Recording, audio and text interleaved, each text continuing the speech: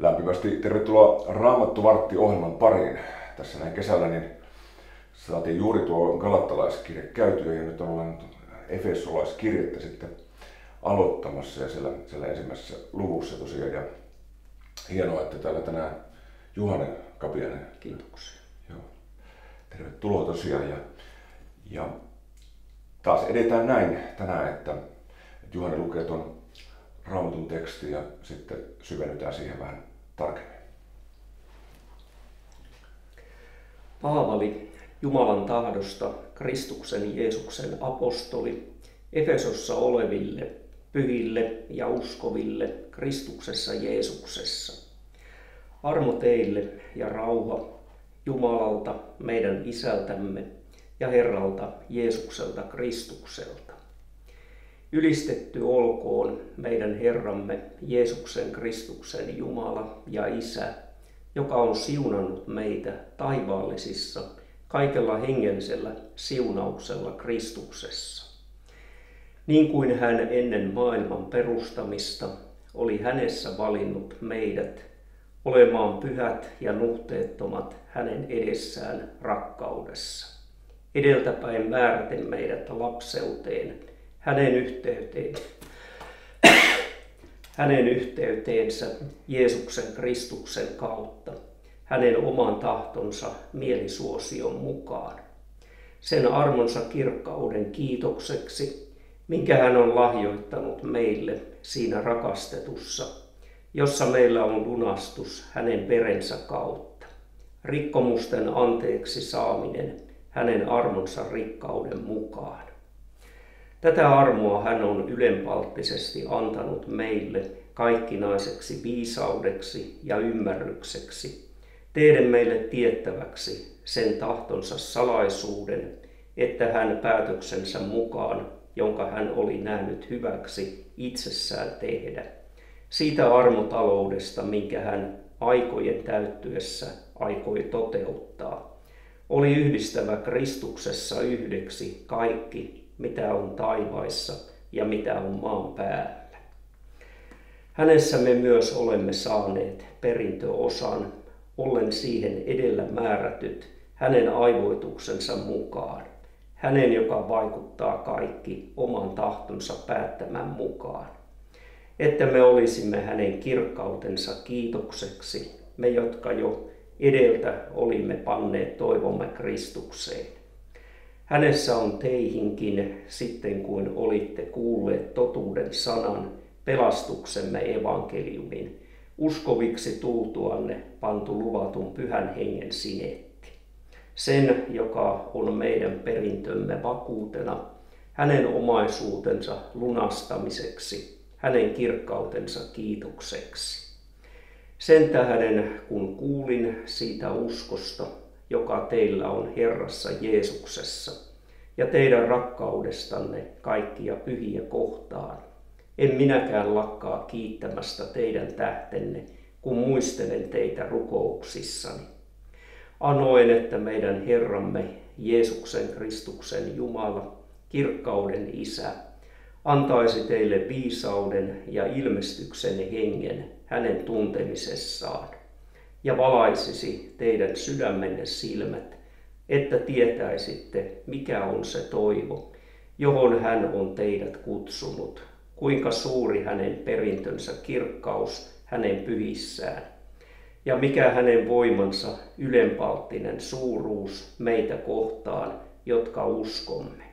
Sen hänen väkevyytensä voiman vaikutuksen mukaan, jonka hän vaikutti Kristuksessa, kun hän herätti hänet kuolleista ja asetti hänet oikealle puolellensa taivaissa, korkeammalle kaikkea hallitusta ja valtaa ja voimaa ja herrautta ja jokaista nimeä, mikä mainitaan, ei ainoastaan tässä maailman ajassa, vaan myös tulevassa. Ja kaikki hän on asettanut hänen jalkansa alle ja antanut hänet kaiken pääksi seurakunnalle, joka on hänen ruumiinsa, hänen täyteytensä, joka kaikki kaikissa täyttää. Joo. Mites Juhani tämän tekstin äärellä, niin Niin mitä nousee tästä niin kuin itseä lähelle? Joo, tässä mietin tätä tämän koko luvun valossa, että mitä siitä nousisi sellaista keskeistä. Ensimmäinen asia, mikä nousee esille, on se, että Kristus on keskiössä. Joo. Ja hän on kaikki kaikessa ja kaikki lähtee hänestä. Se on se ensimmäinen asia. Ja sitten toinen asia liittyy perintöön. Ja tässä puhutaan siitä taivaallisesta perinnöstä, joka on meitä odottamassa ja joka me saadaan Kristuksessa. Ja sitten kolmas asia, joka itselleni tästä nousee mieleen, että Paavali oli rukoilija ja esirukoilija, kun hän tässäkin sanoi, että hän aina näitä ihmisiä rukouksissa muistaa. Joo. Tällaiset kolme asiaa. Kolme pääasiaa sieltä. Kyllä. Eli Kristuskeskeisyys oli niin kuin se ensimmäinen. Joo, kyllä. Ja no se tuntuu Paavalilla olevankin semmoinen ihan ydinjuttu vähän aina ja kaikissa kirjeissä. Kyllä. Miten tässä ajattelet siitä, mitä sitä kautta Siis minulla tulee tästä luvustakin mieleen, kun ajattelen tätä Kristuskeskeisyyttä, että kun Paavali sanoo, että minkä hän täällä maan päällä elää, hän elää Jumalan pojan uskossa. Joo. Ja sitten se Paavalilla oli siellä taustalla myöskin, että hänellä oli hyvin vahvana tämä oman syntisyyden ja viheliäisyyden tunto. Ja missään vaiheessa ei ollut sellaista, että kun hän on nyt uskoon tullut ja uskossa vaeltanut ja Jumalan valtakunnan työtä tehnyt, niin tarve syntien anteeksi antamukselle ja Kristuksen armolle olisi jotenkin vähentynyt. Eli siinä on jatkuvasti taustalla tämä synnin tunto ja sitten se, että missä synti on tullut suureksi, siinä armokin on tullut ylenpalttiseksi, niin kuin se sanoo toisessa kohdassa. Joo. Eli tämä Kristuskeskeisyys lähtee siitä armahdetuksi tulemisesta ja siitä tarpeesta saada jatkuvasti synnit anteeksi. Joo. Se on jotenkin tämmöinen niin kuin jokapäiväinen Kristin tämmöinen vaellus siinä mielessä. Kyllä. Sitten sanoit siitä perinnöstä. Joo. Mites, me ollaan perillisiä, eli Kristuksen kanssa perillisiä ja Jumalan perillisiä. Ja ajattelen näin, että se perintö on meitä tuolla taivaassa odottamassa. Se on talletettuna meitä varten ja siihen sisältyy kaikki arvokas. Iankaikkinen elämä kaikkinen rikkauksinensa. Ja Jumalan ihminen tietää jo täällä, että hänellä on aarre, eli perintö odottamassa siellä taivaassa. Ja tietoisuus tästä, se ainakin omalla kohdalla on sellainen rohkaiseva asia. Joo. Ja ajattelee, että se on jotakin sellaista, mitä kohti saa rientää ja kannattaa myöskin rientää. Ja pitää asioista sillä tavalla huolta, että se perintö myöskin osaksi tulee. Joo. Ja se on turmeltumaton, saastumaton ja katoamaton perintö. Ja ehkä tänäänkin, jos on nyt semmoinen kova päivä tai niin tällainen kamppailutilanne, niin myöskin vähän voi ottaa kiinni siitä perinnöstä tai että Jumala on tallettanut tämmöisen perinnön meitä sinne taivaaseen. Ja sitä kohti ollaan niin menossa jokaisena päivänä. Mites niin sitten sanoit vielä sitä rukouksesta. Joo, niin? kyllä. Joo. Esirukous. Paavalille nämä ihmiset, joille hän näitä kirjeitä kirjoittaa ja jotka hän on kohdannut ja joita hän on myöskin saanut olla auttamassa uskon tielle, oli sellaisia ihmisiä, joita hän rukouksissa muisti. Ja tämä tuo itselleni sellaisen asian mieleen, että jatkuvasti kun me eletään tätä elämää ja itsekin kun elää tätä elämää, kohdataan tavattoman paljon ihmisiä. Ja aina välillä tulee vastaan tilanne, että joku sanookin jopa, että voisitko välillä muistaa rukouksissa tätä asiaa tai minua tai minun läheisiä. Niin tällaisia tilanteita tulee ja aina sitten ei edes tule tätä esirukouspyyntöä, mutta kun kohtaa ihmisiä ja puhelee heidän kanssa ja heidän asioistaan, niin siitä kertyy joka päivälle aina näitä ihmisiä. Voi sanoa, että joka päivälle kertyy näitä ihmisiä, joita sitten haluaa olla rukouksessa muistamassa. Eli minulla on aina sellainen tapa itselläni, että kun me kohtaan päivittäin ihmisiä, niin me sitten aina muistan niitä ihmisiä rukouksessa. Joo. Vaikkei niillä olisi edes mitään hätää, mutta olletikin, jos sellaista sitten vielä ilmenee. Joo. Ja sitten seurakunnat, esimerkiksi tämä Laitilan seurakunta ja sen työntekijät, niin ja vapaaehtoiset ja tällaiset, ihan nimeltäkin mainiten, niin on jatkuvasti rukouksissa mukana. Onpa hieno näin. Joo.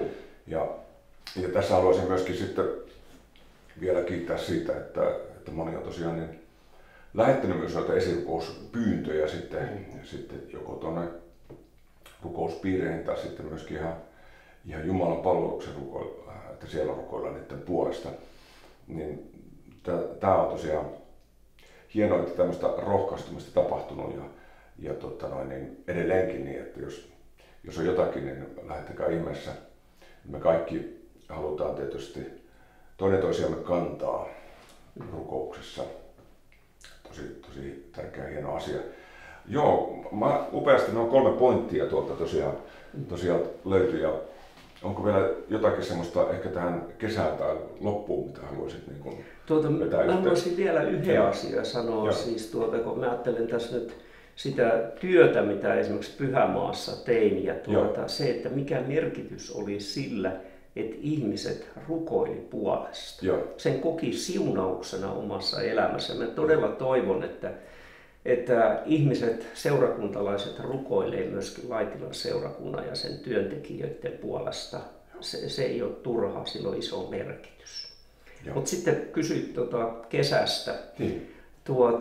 Mun kesä on koostunut monenlaisista asioista ja yksi oli Vehmaalla pidetty rippikoulu tuossa kesäkuussa. Se oli hirveän hieno kokemus taas ja se on sellainen työ, mistä itse pidän hyvin paljon. Ja sitten olen liikkunut aika paljon eri paikoissa kesän aikana ja viettänyt aikaa ja nyt on ollut aika kuumat, että tämmöinen liikuntapuoli on jäänyt vähän vähemmälle. Mutta aika paljon olen lueskellut kesän aikana tässä, että se on ollut yksi sellainen sitten kesään liittyvä asia. Ja nyt on edessä sitten Englannin matka elokuussa. Yksi meidän läheinen sukulainen vihitään siellä ja sitten pappina muutamia tällaisia kirkollisia toimituksia on kesään liittynyt sitten ihan vapaaehtoispohjalta ja tuttavuuspohjalta. Kyllä, joo. Joo, hyvä kuulla näistä tosiaan. Ja tähän kesään niin on ollut todella lämmin ja hieno kesä ja ehkä sekin vielä, että säät voi vaihdella ja vähän päivät vaihdella, minkälaisia ne on, mutta Jumalan armo meitä kuitenkin kantaa jokaisena päivänä, silloin kun on aurinkoista ja silloin kun on pilvistä päivää, kaikenlaisina päivinä. Kyllä. Tässä kohtaa me kiitän oikein paljon ja toivotetaan sitten hyvää päivänjatkoa ja siunausta viikkoa. Kiitoksia. Siunausta kaikille.